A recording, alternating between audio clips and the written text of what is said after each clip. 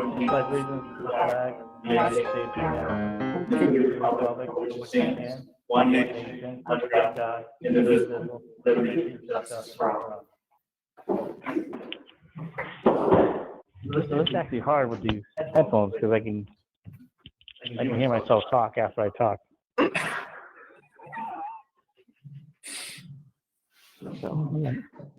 Oh, Lord have mercy.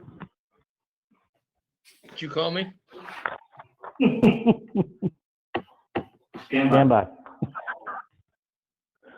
All right, so we don't have the Board of Health coming in soon. Yes. Yeah. I'm going to do the second one first, update on dual stream recycling. We did issue or mail out to every household the new dual stream regulations and when they're going into effect. I believe Kathy has been receiving multiple phone calls regarding for clarification of some of the issues that are going on. Right now, what we are planning on doing is, even though the MRF starts dual stream as of July 1, starting June 1st, Waste Management will be picking up dual stream. They will pick whatever is out there because we're still going bringing it to the single stream site for drop off on the week of June 15th, 2 weeks later. They will still pick it up and then leave a note if it's commingled. And then if it occurs on July 1, they will leave a note saying they will not pick it up and leave it there. People will have a month to try and work this through. Hopefully everything's going to go fine, because if we start having contaminated loads, then what will happen is we have to pay $300 a load for them to process it as of July 1, which is not a very good idea at this point. It will become very expensive for us. Regarding the budget, I did put out a letter to all the department heads with two scenarios for FY21. One is doing a 2% reduction off of their FY20 budget. And then there was a second one, which was more draconian, which was a 5% reduction from FY20 budget.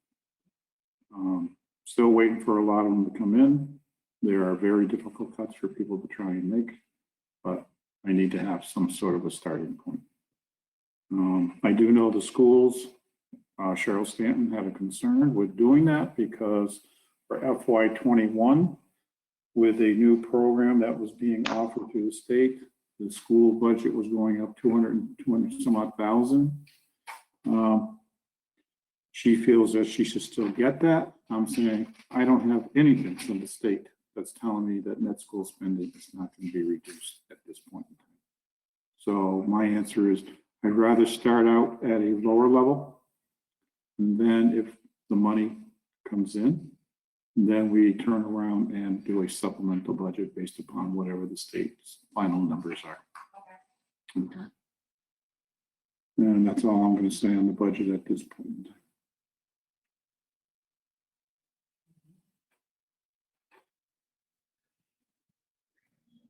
I'll look at Mark, departmental reports.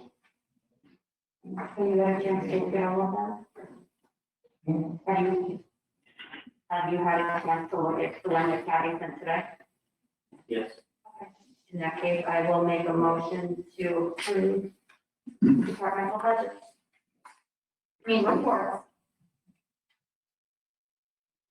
Jay, did you get a chance to look at everything? What was that? Did you get a chance to look at all the departmental reports? Yes. I didn't hear you say it. It's kind of muffled when you're in the mask. Any questions, concerns, comments? No, I don't have any comments on the Department of Budgets. The only thing that I noticed that the police now are, what do you want to call them, the agents of the Board of Health? Yes.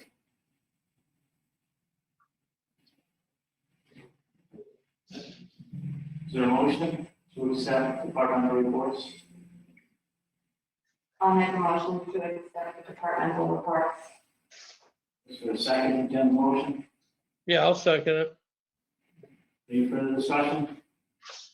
All in favor? All right, Aye. Kathy, 3 ayes.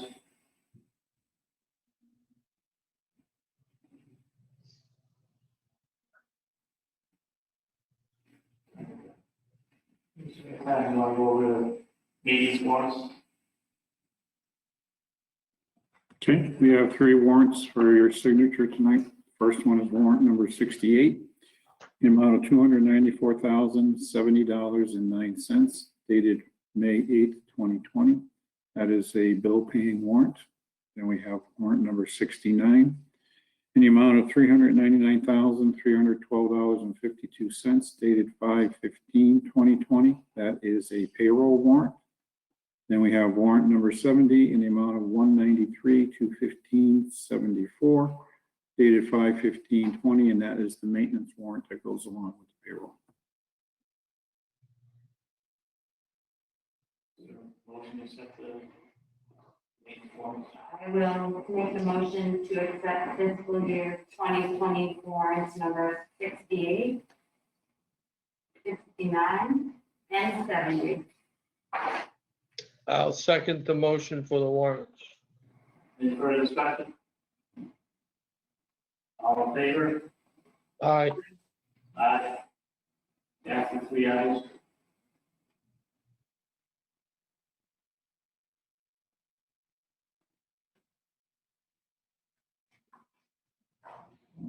You want to skip the reopening plans? That might take a little bit. Yep. Talk about Memorial Day. Memorial Day, we were informed by the Legion that the parade has been canceled. However, they are currently planning on visiting the memorial on Memorial Day and to abide by whatever the governor's numbers are for the total number of people to be able to be present in an outdoor setting. What time is it? Did they give a time? I don't- No, they didn't give a time. We can check and we can get it back to you. Okay. Should we consider having, I guess, police presence here? Police having gathering? Well, right now it's only 10 people, so, I think they can stay off the road and be able to do that. If it goes to 25 or something like that, then maybe we may have to worry about it. No? 10 people across the street, 10 people in the center. So that's what people that want to come out and show respect, see people doing that. I guess we got to come up with kind of a plan, we still have a plan for the following. So at least they know what to expect, because, too many people there, then we have to react to it.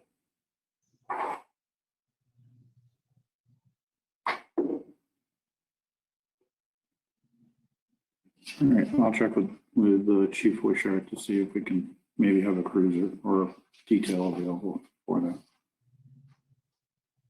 Jen, do you have any thoughts on that? I don't really have any thoughts. I'm pretty sure that most people are going to respect, they really don't come to a parade anyway, so I don't think that we're going to need these presents. I don't know if we would or not, I just want to make sure that we get the information out to people, because still think people are, still may come out. So there's a lot of veterans in town that just come out to show respect. Yeah, We should also look at, police having one thing. one floor board member, Remember there? correct. Yeah, so we talk about that and say, we'll be there, but then we talk through it, it's just, they wait for the numbers. They wait for somebody else coming. Right, we should have, at least one of us in the river. I do agree with that.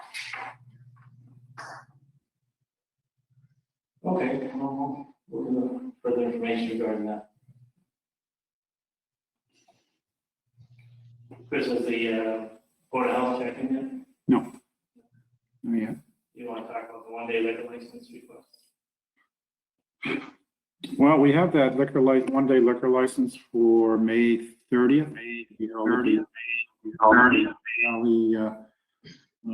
Campers Club. And so what we're questioning is it's for 125 people to be held there. Now, while the Board of Health was hopefully going to be here, I wanted to check with them. I am here now, Chris. Because of the size of the gathering. Dick Bombardier is there. Okay. Yeah, I'm having trouble getting on the computer. It says I've got a Okay, lousy connection. Dick, you're muted. Can you unmute your? Dick Unmute Bombardier your muted mic on your computer, Dick. on mine. Okay, I'll try it. There we go. So do you want to chime in on this? Do you think the Board of Health is going to have an issue with a gathering of 125 people for a wedding reception at the Campers Club on the 30th? I don't know, given that the new guidelines coming out is certainly just saying that's going to be a packed house. I'm guessing is not going to fit under the guidelines. But I think we'd have to look. I didn't look at what. Can you guys still hear me? Yeah. Okay. I didn't see what's happening at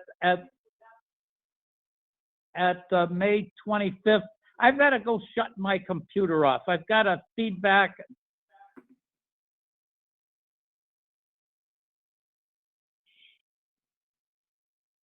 His volume is still muted on his computer.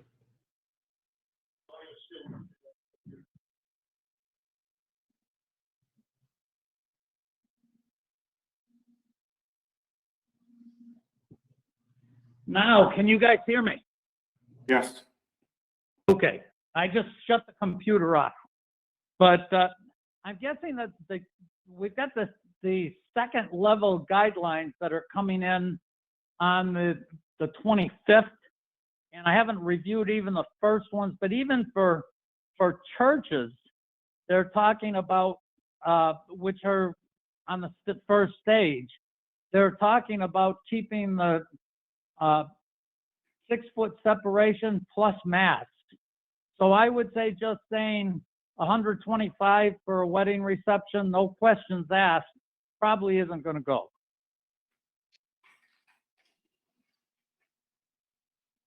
Should we have them contact the Board of Health office, Dick? That's probably the smart thing to do. We certainly will have some better in the next few days. We'll at least know what these things they just released today mean. And then we'll be able to see what's happening on the next round starts on the 25th, the next level. So I think the best thing would go with the Board of Health. In fact, when you look at the restrictions that they're going to put on and enforcement of the restrictions, looks like it's going to be Board of Health anyways.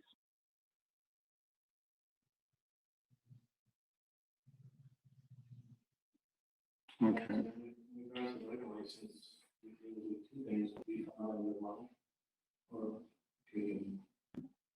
Yeah, I would postpone to the date.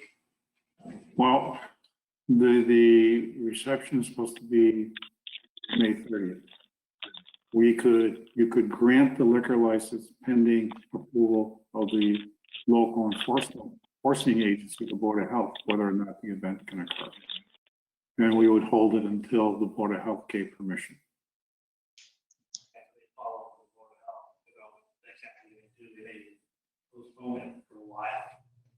Can't hear We Glenn. won't deposit the check at this point. We'll just hold it until we can get an idea from the board, whether or not they're going to allow it to occur based upon whatever the new regulations may be as of March 25th.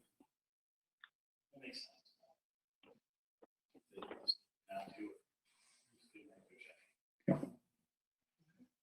So is there a motion to grant the one-day liquor license to, I forget what her first name is, Miss Champagne, I believe it is. Alicia Champagne.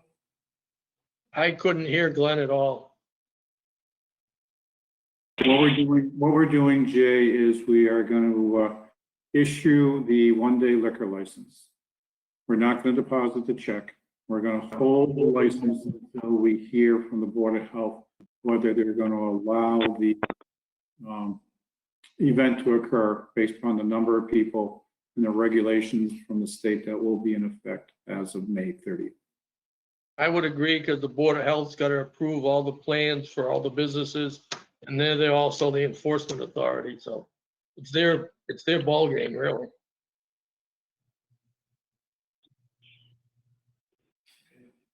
Jay, can you hear me now? Jake, I'm can here. you hear Glenn when he's talking? No, You can't hear me? cannot hear Glenn, and I can see Jennifer, and Jennifer's mic is muted. Because she's not speaking. Now she's unmuted. How about now, Jay? I can hear you now. You must be identified as CO. Caller number 3. Must be. No, you're caller number 4. Oh, 4. Why doesn't my name come up? Because you are only calling in by phone. You're not going through the internet, so I can't see who you are, because if you go through the internet, you have to put your username or your name in. All right. From now on, I'm calling number 4. All right, moving it along. Are we gonna take a vote on So, what time is the motion? that? Yeah. These things are awful. This is awful. Motion was to approve the one-day with special alcohol permit for Alicia Champagne pending approval from the Board of Health for May 30th. Is there a second? I'll second that liquor license as long as the Board of Health is the approving authority for the function. Because again, I can't hear Glenn, so I'm just guessing what it says. I got this guy out because it was call lost. I'm still here, but you hear my microphone, You you want? hear my earphone. You hear me? But I can't hear you through mine. Would you like to sit over here and I'll remove myself from in front of this machine?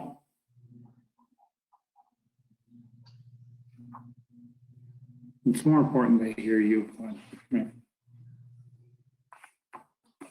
I don't know if this get that signal. Are you guys, anybody else hearing one? Come on, come on.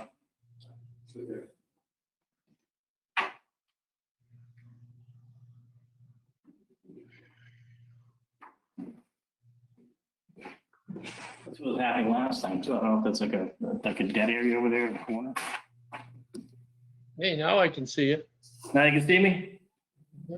Yeah, I can see everybody now. This is good. I don't need that. All right, so Jen, you made a motion to approve the one-day liquor license. Jay, you seconded it? Yeah, That's as long as the Board of Health approves the event. Correct. Correct. This is all pending the Board of Health.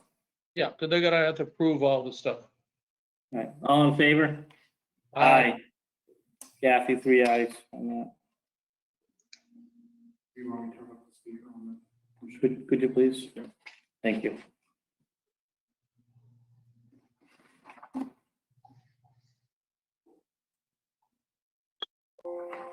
Thank you, sir.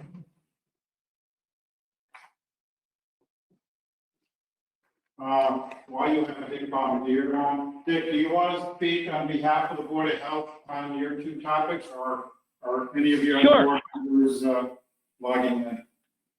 Well, Herb isn't going to make it. Lee was supposed to make it, but rather than hold you guys up, I'm sure that I can speak for the board. Okay, the first topic we're going to talk about was the mosquito district that you had originally asked to be put on the agenda about. And then the second topic is I want to talk about the email you sent me to be sent to the board members regarding the proposed rules for the opening of the parks.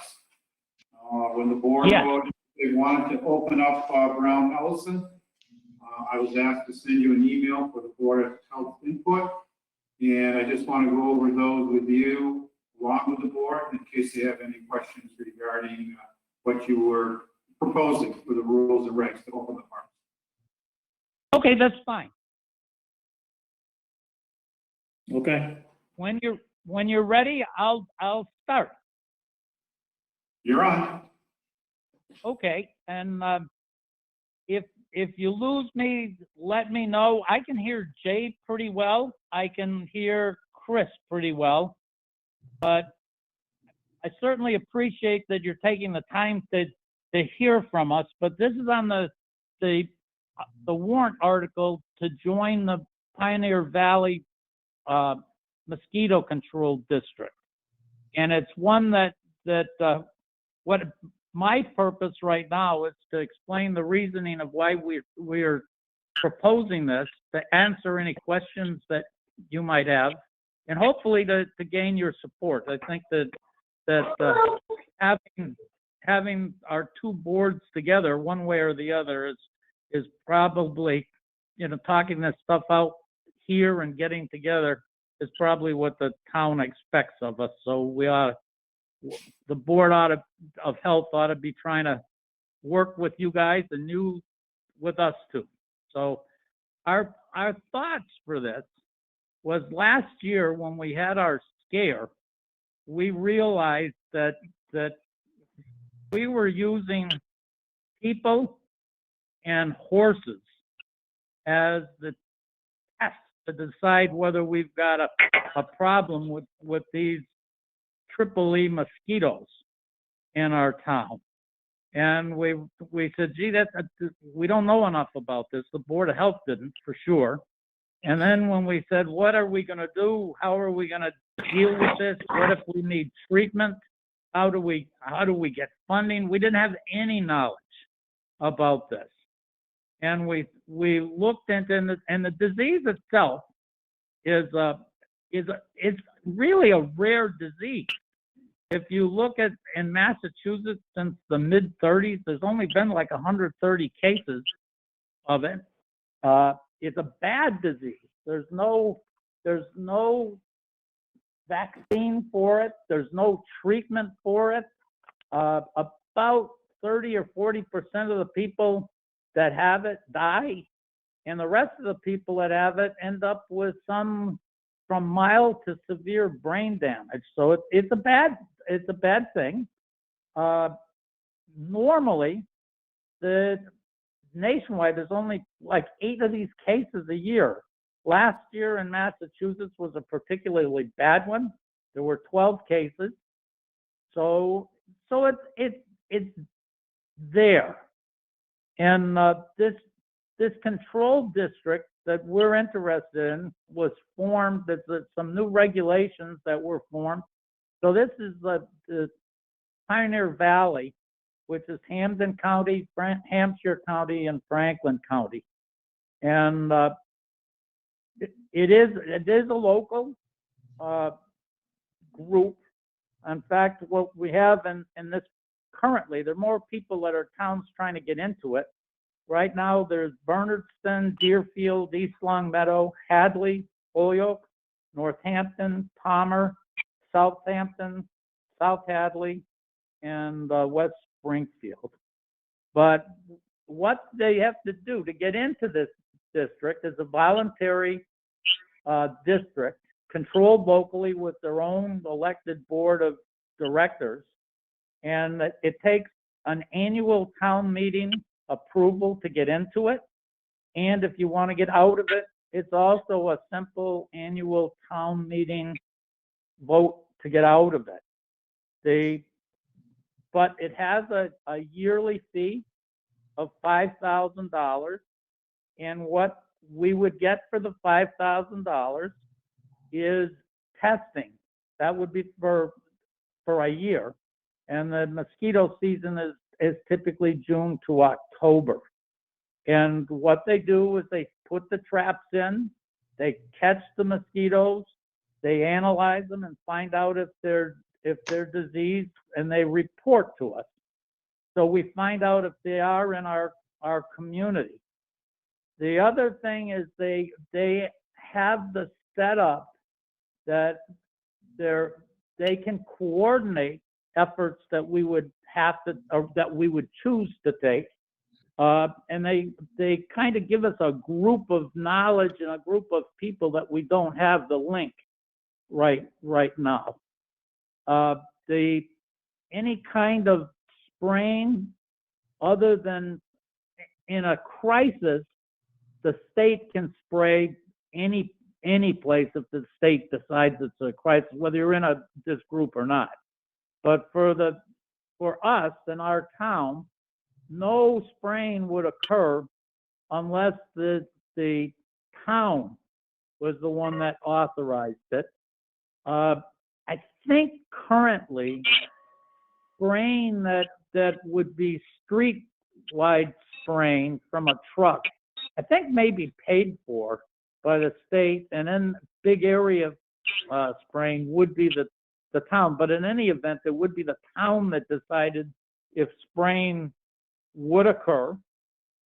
When we talk to the group, in fact, the guys in the state dealing with mosquitoes, they're thinking that this is a cycle of mosquitoes. This bad cycle right now is probably going to last 3 or 4 more years, and it'll drop back down to a lower level. That's just that one that you might see 2 or 3 cases a year. The spraying, if it did occur, is a spray which would be separate. It's not. I hate to even go into the spraying because that's not what this is about. But just to let you have an idea that it's a spray that's sprayed at night. It has no health impact. That the stuff only lasts less. It's the half-life. So half of it's gone within a day.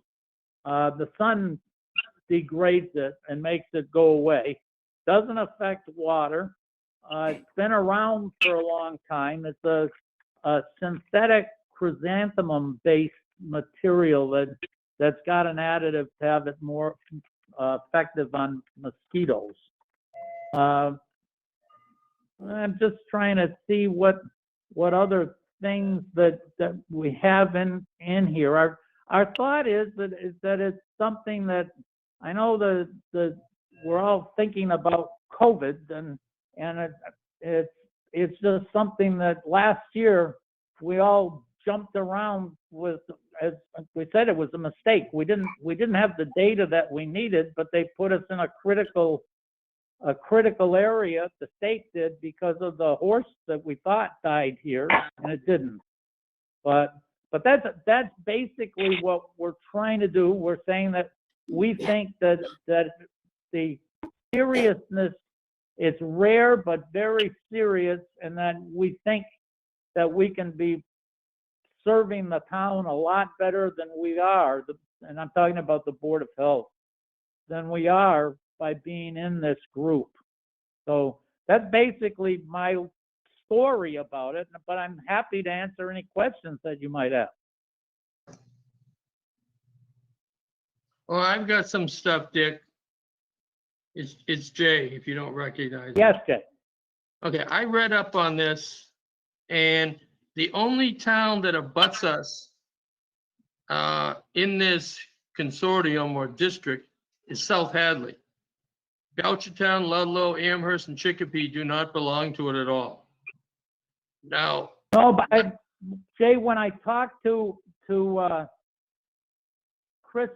Craig, I believe is his name. He's saying that there are other towns that are actively trying to get in this right now. I don't know what they are though.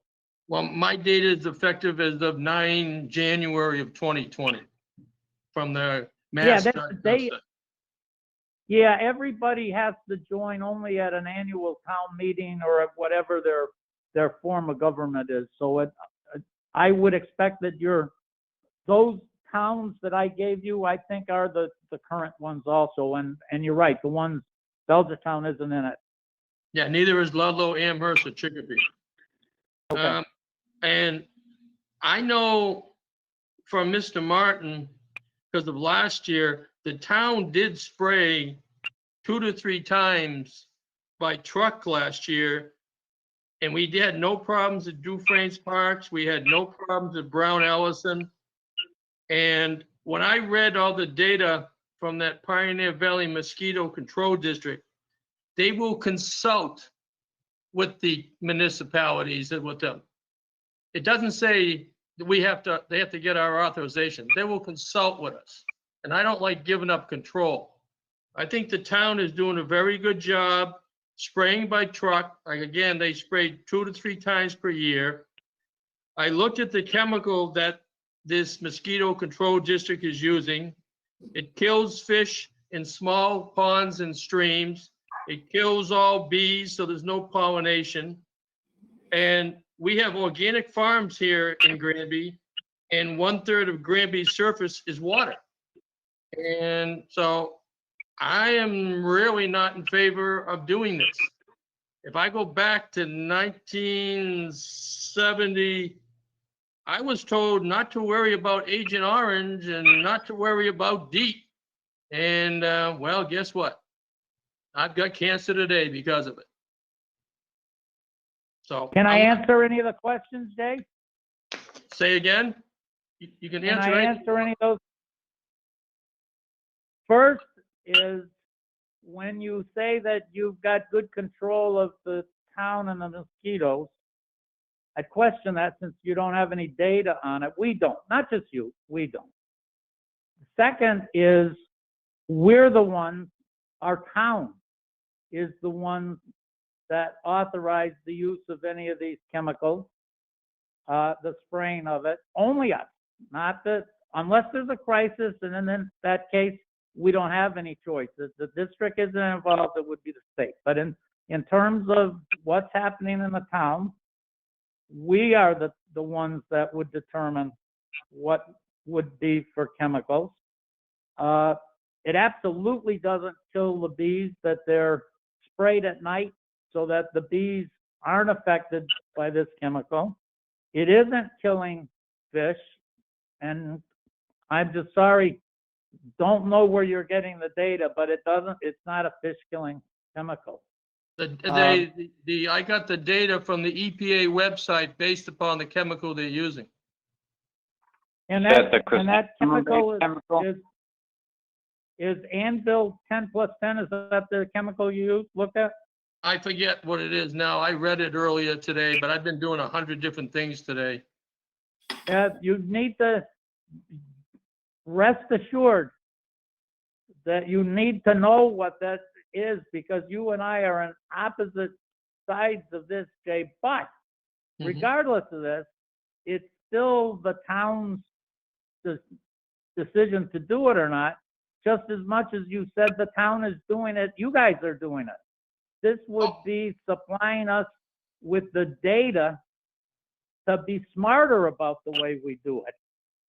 And again, it's to be afraid to take the data seems like a strange way to look at it. When you, quite frankly, when you looked at it and you wanted the data about how many cases of COVID were in the town, you said to me that that data was important. I think it is. I support you. Oh, I think data. It's smart to know the data. I think data is very important. But when I read that thing on mass.gov about what this mosquito control district does, it says it will consult with the municipalities that it supports. It's nowhere in there to say that the municipality had to authorize it. And Well, you have to read it because I did, they are not in control. We are in control. as long as our town is in control, I love data. But I don't like giving up control because like last year at Charter Day and all the times we had at Brown Ellison, all the spraying that the town did, there were no mosquitoes. And just like this COVID virus doesn't not only cross the state line, it crosses town lines. And if these other towns around, all around us are not going to spray or whatever, I can't see how us spraying alone is going to do anything. We're not Data, spraying, yes, I Jay. love data. Which chemical did the town use last year, please? I have to ask Chris Martin that because Okay. he did it from the pest control. I'm just wondering if it's the same chemical that they told us that's available, that chrysanthemum derivative. And I don't know that, of course. Yeah, I without, because Chris used the pest control guy that lives in Granby. And he has a Yeah. truck. The important thing of this for sure is that it is the town that's in control of this. And Jay, what I don't know, I'm thinking that since the Board of Health doesn't even have a budget for the spraying, I'm guessing that it's the select board that ultimately ends up in control of this. I guess that if the Board of Health thought it needed spraying based on the data, I guess we could go through finance committee to get it, but I think it's not the natural way. I think it ends up that you guys end up being in control. I would anticipate that the data on the types of mosquitoes and where they found them would be coming into the Board of Health, and the Board of Health would end up with their recommendations from the district, when then we would be having to go to you guys to say, hey, we think that this is what needs to be done. So I would see that you guys end up ultimately in the driver's seat here. Well, I think Chris budgets so much money for spraying. I don't want to speak for him, but he did tell me last year that he sprayed 2 or 3 times and he had the money in the budget to do it. Hey, Dick, Right, Chris? hang on a second, Jay. Hey, Dick, one section. I guess where I'm looking at would be that from the Board of Health, if that's something they feel is beneficial to the town, then I would recommend that the Board of Health bring it to a town meeting and, bring up all the information that you feel needs to be told, and let the town decide whether or not they feel it's appropriate for them.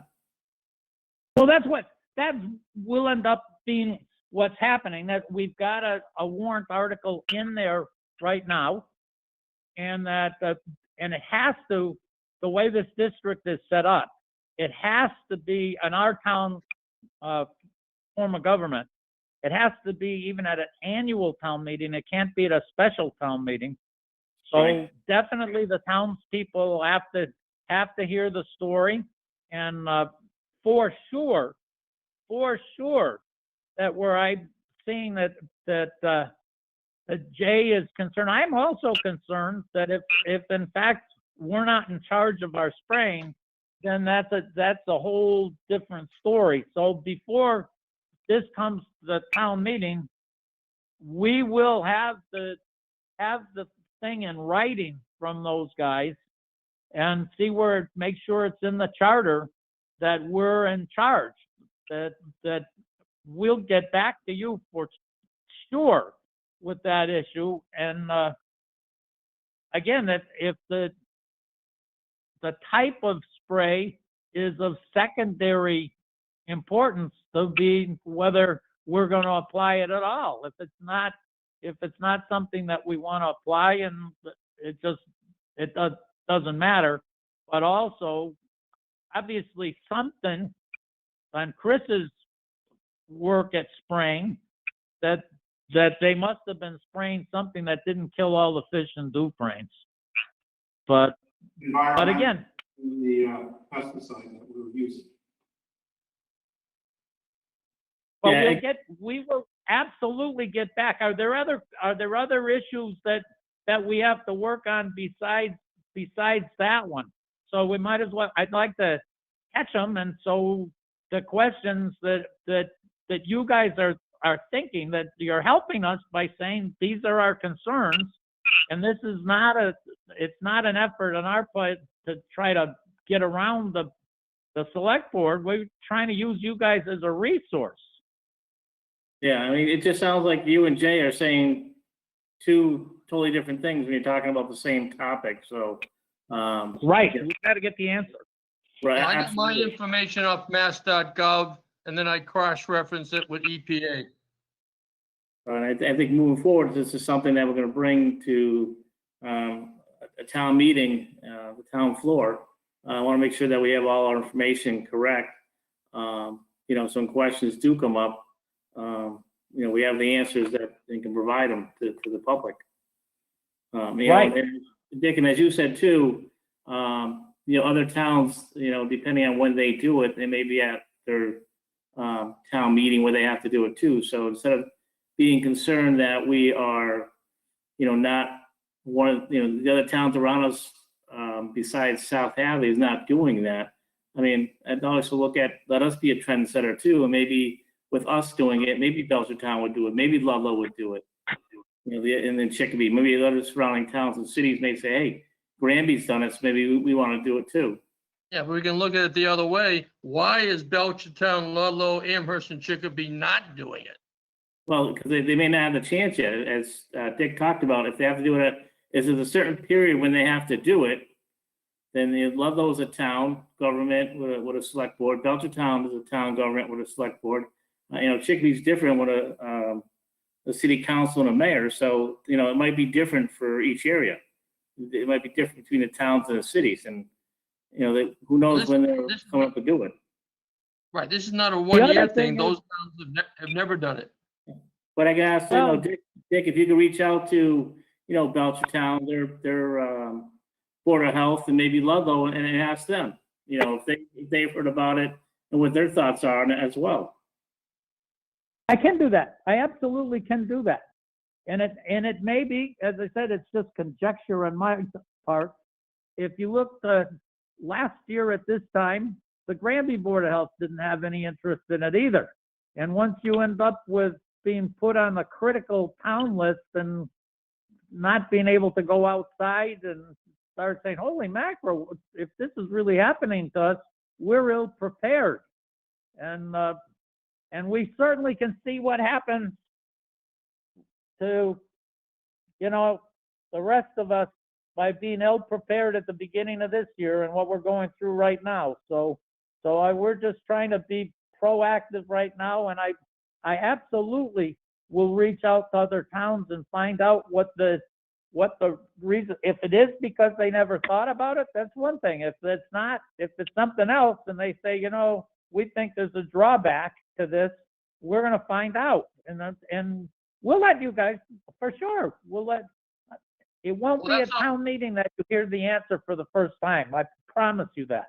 No, and that's why I'm asking these questions now, Dick, because I don't want to embarrass anybody at a town meeting. I just as soon talk before then and let you I know what I agree. found out so we can address it properly. I agree with you. That's the reason Yeah. that this is not the reason we came to talk to you is not to have a debate. It's to be getting exactly what you guys are giving us for feedback, saying, hey, you got some holes here. Let's find out. Let's plug the holes and not be afraid of what we find out. Let's find out and tell you what we find out. And that's the only reason I'm bringing it up, Dick, versus being silent and waiting. Right. This is the time to do it. And again, the townspeople expect us to be at least that you can say I have a different opinion, but we sure as heck don't want to go into town meetings saying this guy's not telling you the truth. The truth is the truth. We'll find it, and everybody will know it, and you can then say, well, now that I know the answers, I may choose to go one way or the other, but at least everybody will have the same answers. Absolutely, Dick, and that's what I'm hoping for, and that's what I'd like to see is that, we have all the facts, the correct facts, so when things come up, it's, people aren't doubting, if someone's presenting facts, I don't want people doubting that what they presented is not true. So I'll make sure we That's have right. their facts to put forward. I agree. The town people should demand that of us, and that's what we should be giving them. So I've got the three things that I've written down, and let's make sure that they're the right ones. I'll The email you. first- Want me to email it to you, Dick? And I'll email it to Well, Chris? no, I want you guys to know, I'm gonna go after three different things. I wanna make sure that it Okay, is the right three and there aren't more.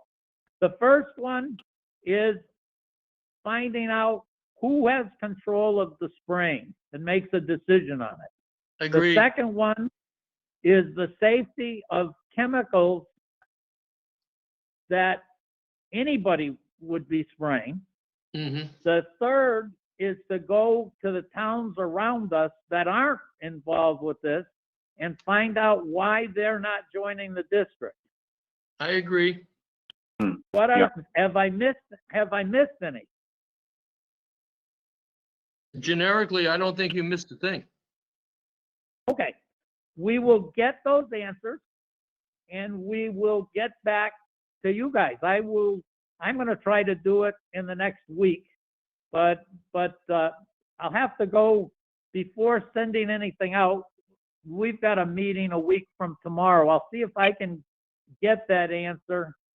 Gene's on vacation, so one of the resources that I have is missing. So it might not be to the following week, but I will, absolutely, we will get back and you'll hear. And then if we say, gee, that's not a good enough kind of answer, because you need more, check on it some more, we'll go the next round, but we will get these answers. Okey doke. Jen, did you have anything? Good. No, I'm good. Okay. All right. Okay, moving on, Dick. What about the parks? And I really appreciate the help on this. We're a team. It's a team effort. Thank you. Okay. Thank you, everybody. Chris, Lee, oh, did we lose Lee? Yes. I'm here. Parks? Don't go yet because We got the Chris parks. wanted to talk about a recommendation on parks. Yes. Oh, absolutely. Go ahead, Chris, your floor. Your floor, go ahead. My floor.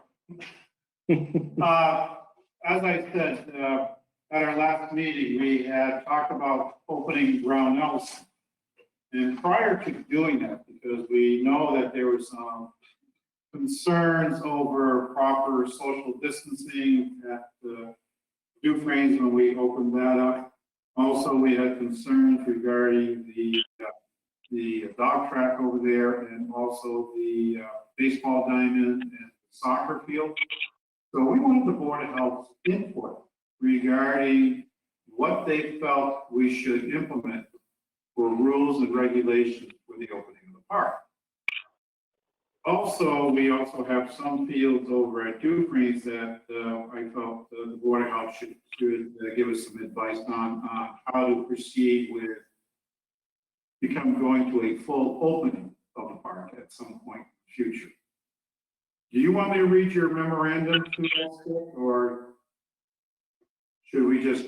You can, I don't have the copy in front of me, Chris, so you're the one with the written text, so you can use it as you will right now. Okay, let me read what the Board of Health had sent to the select. The intent of this memorandum is to provide guidelines to safely reopen recreation areas for individual use or for family unit recreation. The message is not intended to endorse day-long excursions out of the house or to encourage interactions outside the family unit. Residents are urged to avoid any area that looks overcrowded and seek alternate locations for exercise or activities. Play structures, basketball courts, baseball, softball diamonds, soccer and football fields, and volleyball courts will remain closed until further notice. Pavilions will remain closed until further notice. Groups of greater than 10 individuals are not allowed. No formal or informal team games or practices are allowed. Fabric face masks covering the nose and mouth are required both indoors and outdoors when a 6-foot social distance cannot be maintained. Coverings and masks are not a replacement for social. Masks can help protect residents from other people in situations where social distancing is not possible. Exceptions for wearing face coverings or masks include situations that may preclude an individual wearing a face covering or mask safely. These may include, but are not limited to, those who cannot breathe safely, those who, due to a behavioral health diagnosis, are unable to do so, those communicating with people who rely on lip reading, and those who require supplemental oxygen to breathe. When we had spoke, Dick, when you sent this, you were made the offer that the Board of Health would make these required regulations as part of the park opening. And I just wanted the board to talk with your board to see if that's what they so desire, as you are the local enforcing authority on anything regarding the COVID-19 pandemic. Yeah, when we talked, Chris, we had said, and the board said the same thing. I think we're going to talk to the school department also about it. We didn't discuss it at a board meeting, so we can't do it. We can't do it yet. But our feeling was that you had reached out to us, and we took a look at what the Commonwealth was saying, what the governor was saying on how to behave in public. We looked at what Northampton was doing as they were opening their parks a little over a week ago, and we even looked at the golf course regulations and said, let's try to pull those together and give you a recommendation. And then we said, rather than we didn't come in and say, that's what you have to do. The board didn't do that. What we just tried to do is comply with your request. But as we thought about it, we said, gee, the police department is now the agent of the Board of Health for enforcing these governor's regulations, Board of Health and the police department, now that there are agents. And we said, gee, if the select board, who is in charge of the parks, if they're going to come up with said, gee, this seems like a reasonable set of regulations, then it seemed like the logical way to do it would be to say, okay, Board of Health, you're the guys that make these regulations right now and enforce them. Let them be your regulations so that it fits right into the whole system, if you chose to take them. There's another thing that's going to be happening and I think it's the third phase of the opening is going to be the opening of athletic fields. So they're going to be in another couple weeks, I think, they're going to be another set of guidance papers that are coming out on them. But that's what our feeling was if the select board said that's what we want to do. But again, it wasn't our intent to say we want to jump in and do this. We were just responding to a request. Oh, I agree with you, Dick, but I just want to let the board know that you and I had talked. And Right. I agree with you being the local enforcing agency. that your input was critical as part of our process of reopening recreation areas. So I guess that the ball is in your court to say, is that what we want to do? That I'm not sure if the regulations right now are probably very close to the ones that would be the ones that fit what the governor is saying is in effect anyway. So it may be something that it's just formalizing what is in fact the regulation right now.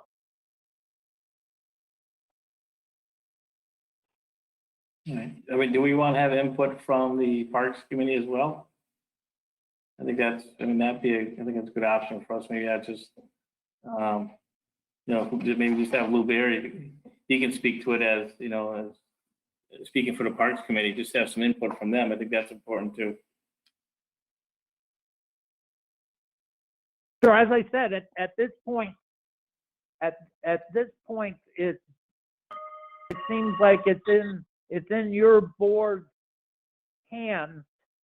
Other than when if people using it are not being in compliance with the governor's orders right now, then it isn't. It's they're breaking some regulations that regardless. So some things will be enforced anyway. Yeah, I know, Dick, looking at what you presented, I mean, it all looks reasonable to me. And again, I just like to have some input from the Parks Committee too. Just with everybody's input before moving forward, that's all. That seems like a smart thing to do. It absolutely does. Jen, anything? No, I agree that we should have the park input on this. However, sooner the better, because we want to be able to start using these regulations. Well, if you look at what the governor had talked about for his reopening plan, on May 25th, regarding recreation and outdoor, on page 16. Yep. Thank you. He talks about, on May 25th, can open with guidelines, beaches, parks, some athletic fields and courts, many outdoor adventure activities, most fishing, hunting, and boating, outdoor gardens, zoos, reserves, and public installations. So, like you said, Jim, the sooner the better, because March 25th is a week away. Well, May 25th is, Or May. I don't know about March. Well, I think if we just get an input from Lou Berry, I mean, if we just send him an email and ask, I'm sure he probably has it on hand already, what his thoughts are, and moving forward, I think we can do that. I mean, we could get him a copy of what Dick and his board have put together, and maybe he has no other input besides that. Maybe he likes the way that is, and we can move forward with that. And as I said, I think what's going to happen is, as Chris is saying, that on the 25th, there's going to be some other kind of thing that we would probably end up having to modify it anyways, but at least we'll find out. But let us know. If we're gonna act on it, knowing we're gonna meet, the Board of Health's gonna meet a week from tomorrow. That would probably be the time that if we shot for a date, so if we could get it early enough, what I could do, I could have Gene put it on our agenda. You wouldn't have to have closed on what you wanted to do. And then even if we chose not to act on it, at our next meeting, we can just choose not to act. We'll just put it on the agenda anyway. I mean, we have. Well, I think what we're looking at is we don't want to violate anything in the town, and since you're the enforcing body of the town, what you say goes. You get it from the governor and then you guys go from there. Well, as I read it, says on May 25th, beaches and parks, I mean, they can open up with guidelines. We're creating the guidelines. And we need to The, make. according to the governor, the local board of health creates the guidelines. I understand that, Jay, and then Dick is asking for our help and our assistance with it. I understand that. And that's what I'm trying to do. I'm trying to provide him with assistance with, you know, input from the select board as well as input from the Parks Committee.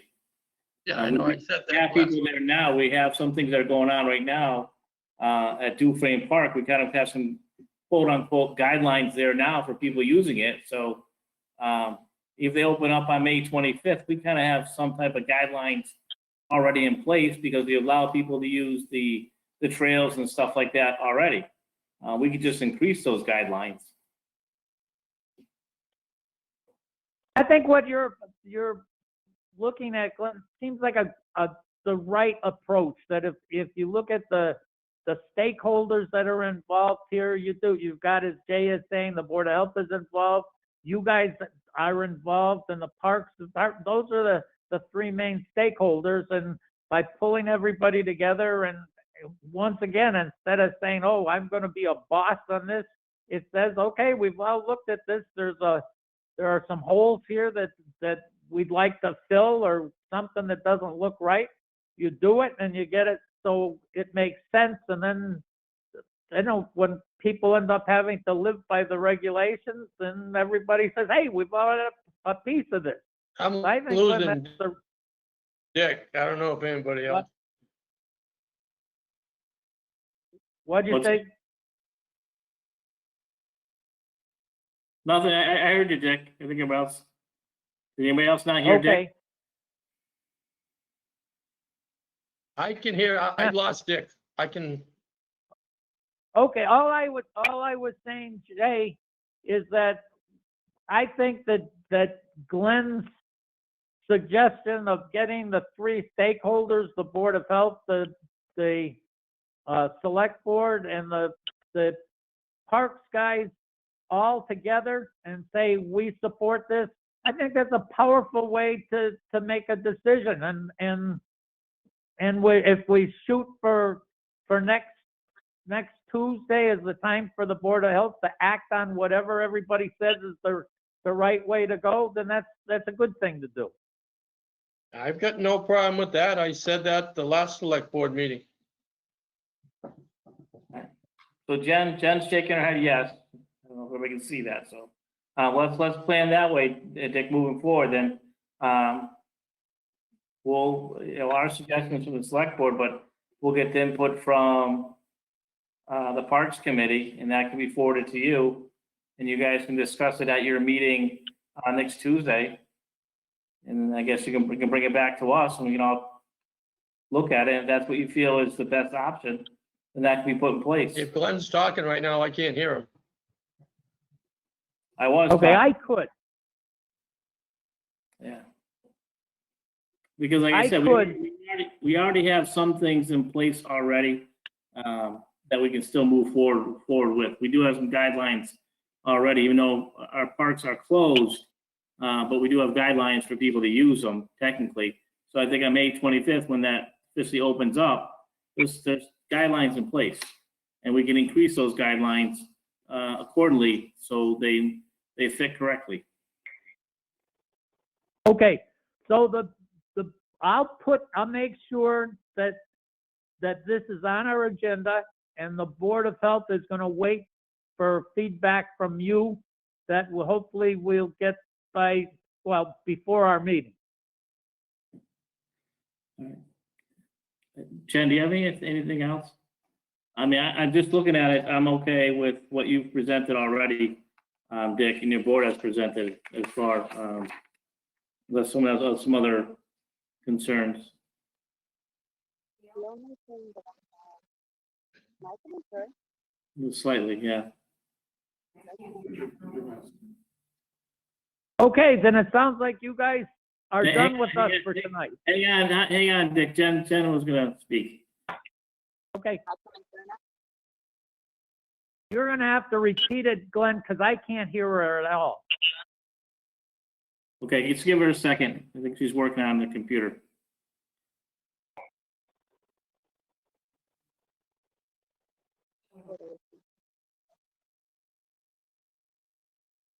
The only question or concern that I have is, as part of the reopening, it says we can open some athletic fields. How are we going to, when people see that, they're going to want to utilize when they look at the reopening plan? So Glenn, you're gonna have to repeat that because I couldn't understand any of it. Okay, Dick, if you look at the governor's reopening Massachusetts and phasing document, there is it says on May 25th, we can open with guidelines, some athletic fields and courts. The issue is what athletic fields are going to be open, and then how are we going to address some being open, like say a soccer field versus a baseball diamond? And how are we going to address it and keep people from using fields that aren't going to be allowed to be open on the May 25th opening date? I believe that's where Jen was going with it. And I'm concerned with that also, that I don't know when you say some, not you, you're reading what's written.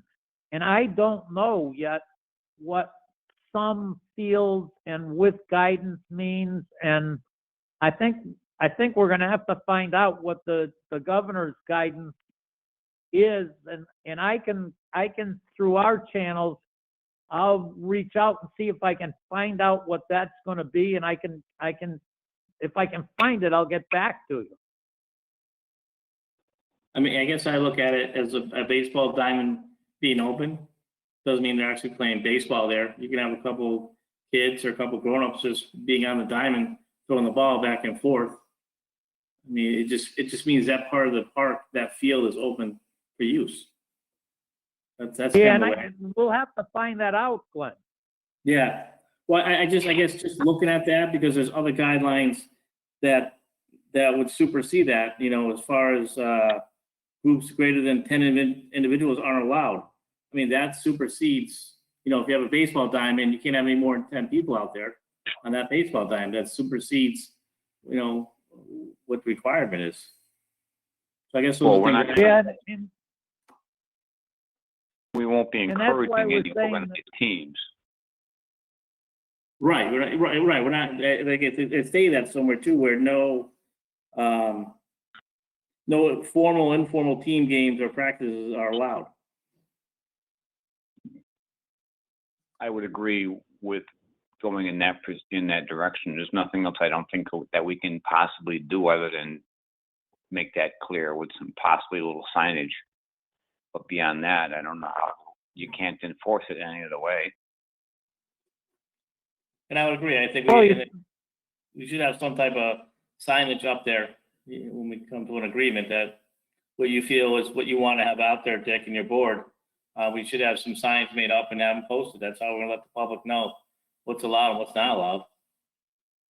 Yeah, I think so. But for sure that the first step is to find out if there's still in some prohibition that the governor's saying that if it's viewed like you just said, Glenn, that the field is physically open, that someone can walk on it, is different than if it's open, then you could start practices. So we need to find that out. Right, because there's parks in other cities and other towns where it's a baseball field. That's the only thing there. We're a little bit different. We have Two-Frame Park, which has, baseball fields included within the park with other places too. So that's a good thing. We'll see. Okay. All right. Anything else on that? Anything else? I don't think so. Everybody's good? All right. Well, thank you, gentlemen, I appreciate it, taking your time Well, to do it. and we really appreciate your input, and we'll get you the information. All right. Sounds good. Thanks. Have a good night. Okay, Take thank you, care. everybody. Thank you. Chris, you want to talk about the reopening plan? Okay, basically, today, the governor really opened the state, reopening of Massachusetts plan, basically 4 phases. Along with that, I've been trying to talk with the various departments about how we're gonna go about reopening our own town buildings.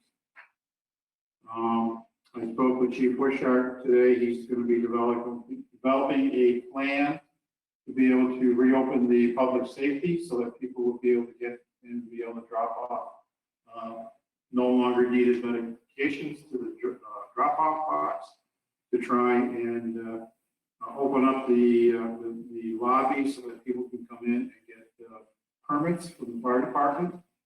How he's going to deal with issuing of gun permits and trying to keep our employees safe. I also talked to the director of the libraries.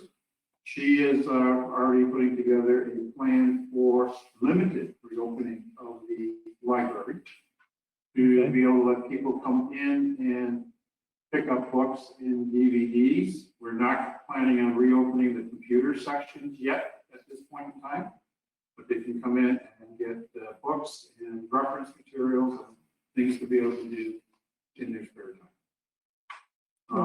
I also spoke with the director of senior services about how we can go about starting to reopen the senior center. We can't just open the doors because I think there'll be too many people who will want to come here, and we won't be able to practice proper 6-foot distancing protocol. So what we're looking at doing is restarting the transportation program, rides. Allow people to come and arrange for rides to grocery stores, doctor appointments, things of that nature. Utilizing the Council on Aging vans. What we would be doing is we will require the driver to wear a mask and gloves. We would also require the passengers to wear a mask. In between the rides that are scheduled for the vans, we would use a sanitizer to spray on the seat. The seats are vinyl seats, so we want to be able to spray down the seats with a sanitizer between rides. Okay. Basically, we're questioning the number of passengers. We're looking at that if it's a family members, we can allow 2 people to be in the vehicle. If they're not family members, we're questioning only allowing 1 vehicle at a time due to the fact of the 6-foot distancing protocol. I also spoke with Chief Wishart today about being able to restart the salt house numbering and the lockbox program.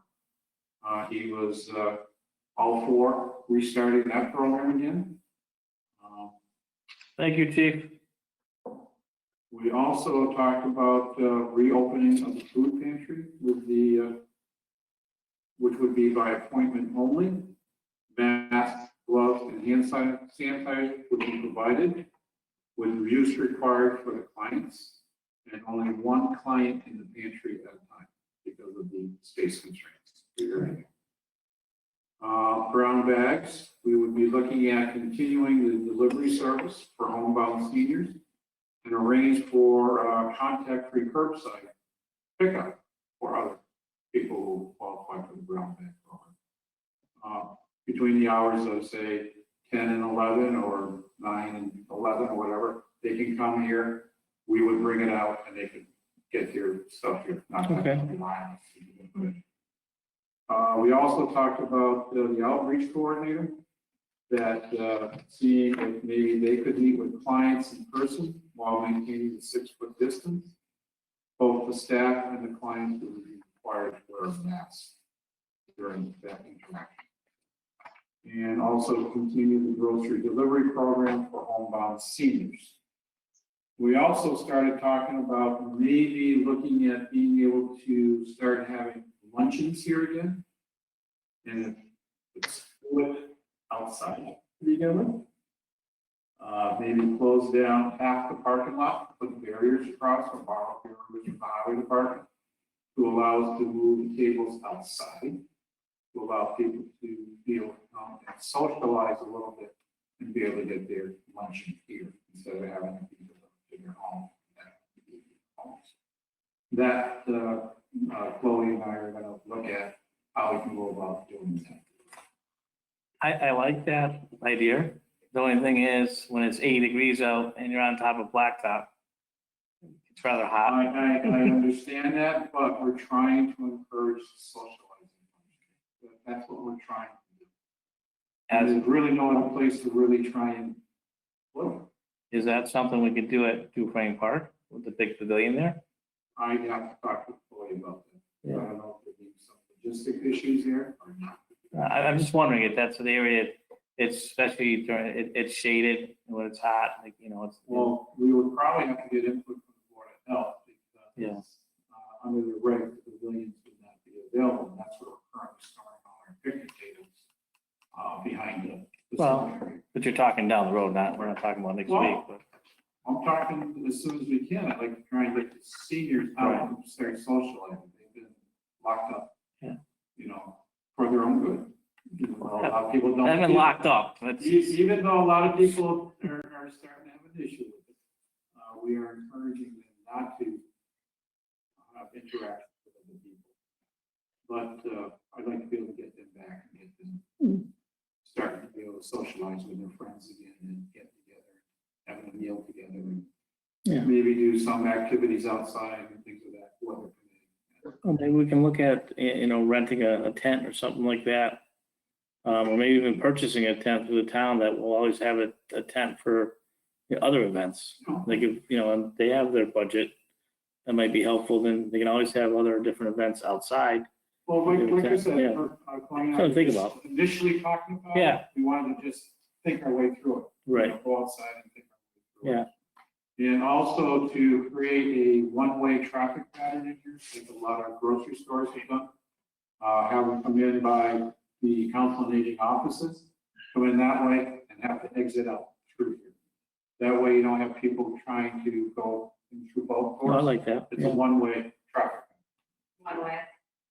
to try and be able to encourage people coming through and not bunching up, trying to come in both doorways at the same. I have one thing, and I'll ask the other board members if they have anything. As far as rides and stuff like that, is there like a questionnaire that can be developed that the CDC has?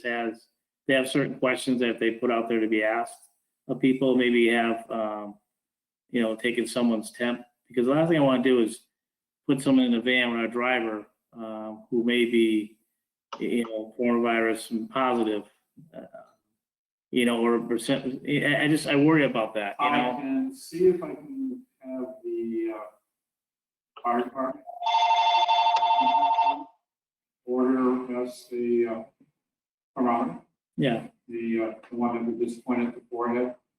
And we can have as part of the questionnaires, the question, have you had a runny nose, have you had things of that, typical litany. right. Well, there's actually certain questions the CDC has put together, put out there. Actually, I could ask Yeah. Gene Oz, as Yeah. the ambulance director. Yeah. To put together a set of questions prior to allowing them to schedule a ride. Yeah, Or to be scheduled, or to be asked when they're being picked up. being picked up. I just, Because yeah, if someone is not having any symptoms now, they could when, right? right. And I'm just thinking of, you know, people's safety, you know, as well too. And Chief, that might, I don't know if you can, that might be something for like the police department, you know, before people, they come in, they're, you know, that's maybe a signage for questions or the temperature is taken or something like that. Other places are doing it.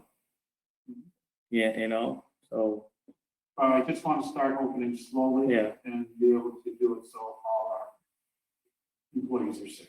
Absolutely, yeah. I've also talked with Kathy Kelly Reagan up at the annex. The problem we have there is that's such a small space up there. Tight. That what we were talking about doing is trying to encourage people to come in by appointment. One person per office, Mhm. or two if they're family members, but try and spread out the appointment so that there's only one person in each office at the maximum to be able to deal with it, and then have them leave and then have the next appointment come in and be able to do face-to-face deal.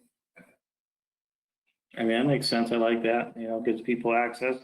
They can, you know, if you can make an appointment, I know when I go, it's my turn to go and I can, you know, be seen and take care of, you know, my business. I can take care of. And we'll highly encourage that people have to wear masks coming in. Just like right now, grocery stores and a lot of the retail outlets, like you don't come in, you don't have a mask, you don't come in, we won't Right. serve you. I'm gonna have hand sanitizers available at every desk.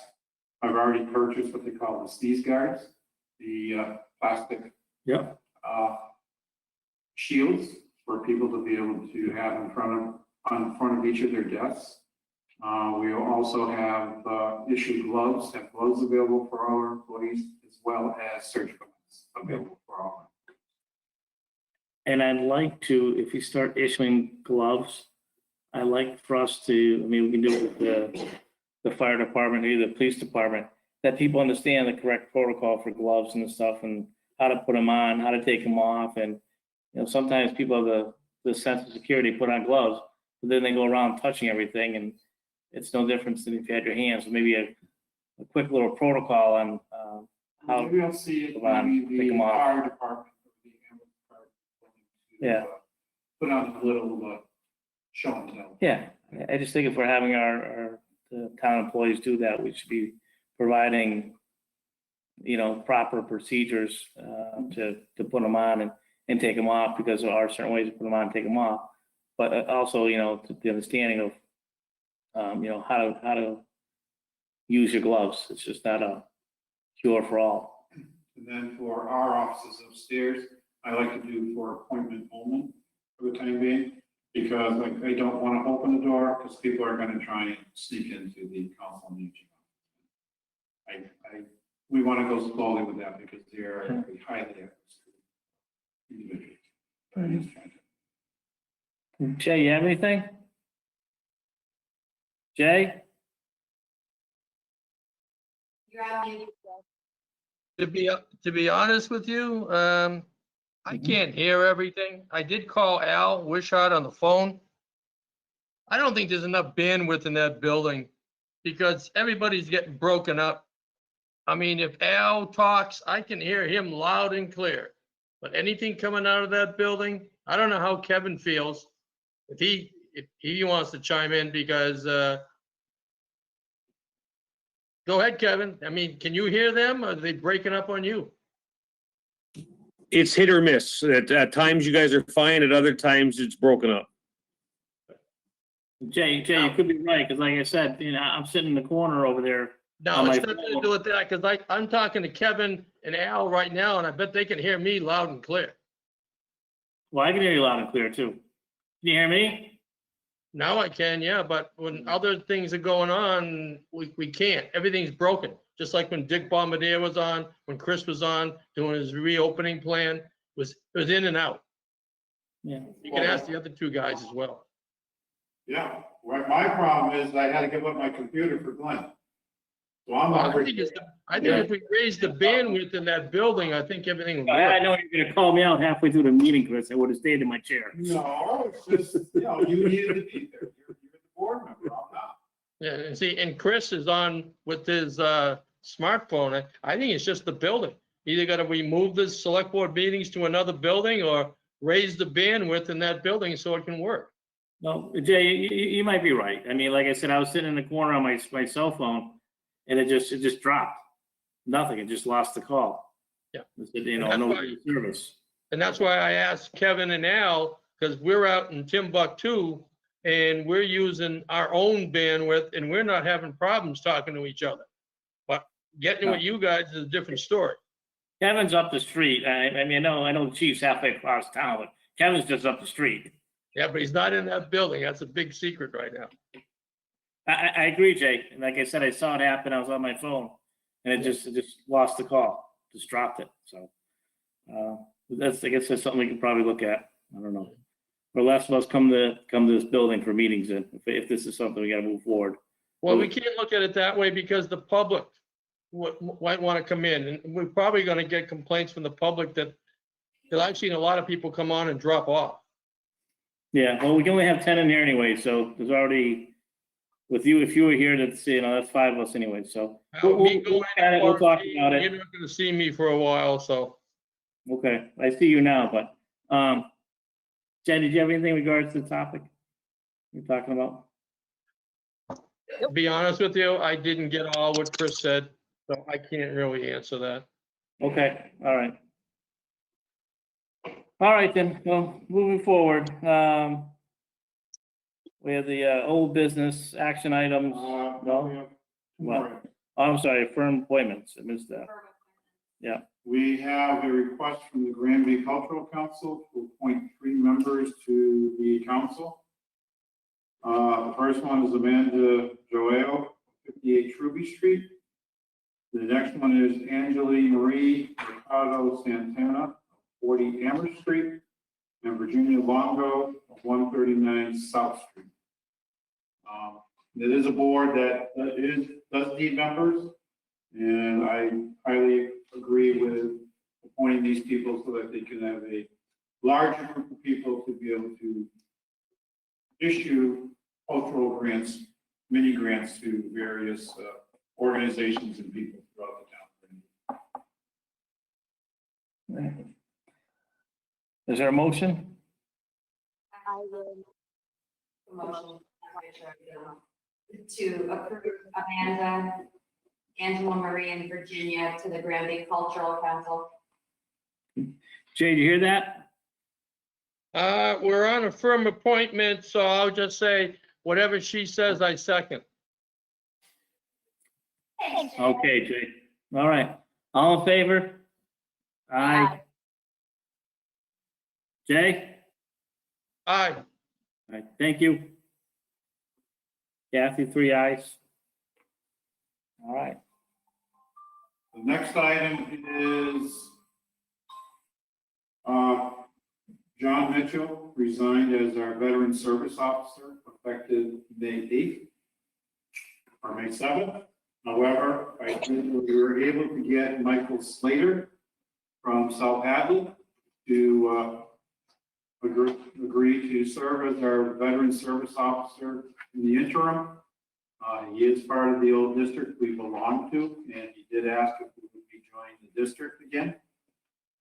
I get the feeling that that's going to probably be our only option to be able to continue having a Veteran Service Officer is to join another district. And that district would include South Hadley and. right, we were part of the district a couple years ago, right? Right. Yeah. It's gonna cost more, but for peace of mind, we're gonna have to go with it. Yeah, well, we're grateful to Mr. Slater for stepping up and helping us out. Definitely appreciate that, and Veteran Services is an important part of this town, Veteran Services. So, okay. Okay, then we have whole business. The first action item has to do with the water main. As requested, I did get a hold of Jeff Sear of South Hadley District 1. We do have a meeting scheduled for Thursday, May 28th at, I believe it was 6 p.m. A joint meeting with the district commissioners to talk to them about seeing if they will sell us water if we are able to move forward with installing the water main on our own. And it's not part of the Route 202 resurfacing project. Okay, well, we're gonna have that discussion with them. We wanted a meeting, that's our meeting, so. Did you hand out those draft documents that I sent to Kathy about the application? And she's got all the letters done. Kathy did. Kathy did, Oh, she handed them out to you guys? yes, Oh, okay. Because we can't finalize anything to after the meeting. But I right, did the draft letters to give us something ahead of time. good. All right, that's 25th, 28th. 28th, the Thursday, right? Thursday. Okay. What about yard waste days? I know there's some talk about The that. yard waste days, it is advertised. You could put the bulletin board up on Route 202. And it's also been listed on the town website. Okay. And we did take more trees down. We were able to get some more trees down. So there is trees now out at the highway garage and West Street School. So if people want to go and start cutting up some more cordwood, they're more than welcome to come to those two sites. So we're gonna open that up for cutting. Well, we need to look at, because last time people were there, all these guidelines and rules weren't in place. Yes, they were. No, the 6 feet Oh, and the 6 feet? the COVID-19, all this stuff wasn't, when we put all those things together, this wasn't Well, I around. don't think people go out there 6 feet together. We get people gathering and stuff like that. So again, we got to remind people when, where they are and what they're doing. Well, if we see them out there, I guess we can just stop and I'll have Jeremy stop and just remind them. Yeah. Or David and. Could we make it by appointment? When you come to. Maybe a lot of them have already signed their waivers that last round, and it was good for a year. Gotcha. Yeah, it's all good to, I just signed up 2 more people. Yeah, it's good to I suppose, December. Yeah, I mean, it's something we need to do because we need to take a I step. can send them, no, we'll send them that. Yeah.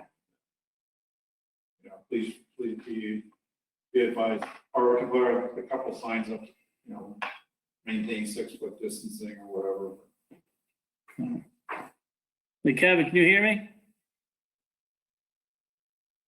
Yeah, he's shaking his head. Oh, okay. I couldn't see him shaking his head. Sorry, I had to unmute, sorry. So, all right. All That's right, it for me. that's it. Anything else? Jen, do you have anything? No? No. Jay, you have anything? Yeah, I got a couple from the Energy Committee. All right. One thing is an MOU for money from Mass DOER through PVPC. Chris has got a copy of it. We can get up to $4,000.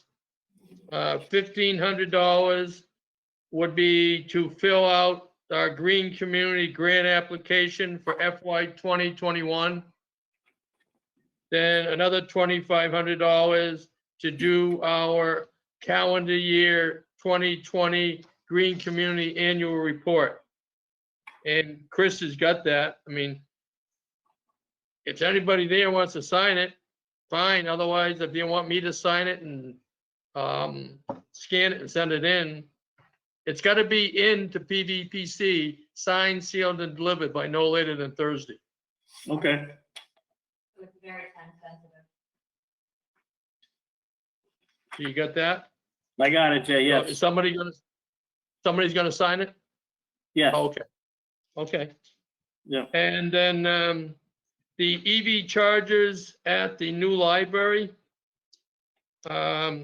They have a date of be done by 17 August. The state's gonna give us $12,500 to put them in. It would cost the town about $4,600 because the state's paying the majority. As far as I know, Mass DEP is still planning on having us do it. If for some reason we're not gonna do it, we gotta let them know. But like I say, they're paying 2/3 of the cost. But Jay, we couldn't do it because our buildings were closed to the public. I had talked to Sage-O about it and told her it was stagnated for a time being until we can reopen the buildings. Oh, see, I didn't know that. I All right, didn't know so that. that- Well, there was an email that went between Lil and Sejal that you were CC'd on that was talked about. Wow. Today has been a crazy day for me with the phone, and I haven't got up to everything. So Jay, I mean, Anybody the wants to committee know- reckon, Anybody wants to know how serious this COVID is? Today, the Veteran Cemetery had 27 requests. Just for today alone. It's a pandemic. We do understand that. I think that's the point Chris is making, that a lot of things are on hold, so, but your recommendation from the Energy Committee is that we just move forward, they're gonna pay 2/3 of the cost, right? And it's beneficial to have those at the library? Yes, we either have to decide if we're gonna put it as an article for FY '21, or do we want to call Mass DEP and tell them that, hey, we know the contract we have, but we're unable to perform. I mean, that's what it comes down to me. Yeah, so what'd you say it was gonna cost, like 4,800 for us to do it? 4,700 if I round it off. Now, is that the town's portion, or is that? That's the town's portion. The state's gonna pay 12,500. Okay. And how many are there? Two, Two? and they'll both be open to the public. They won't be workstations like at the police department.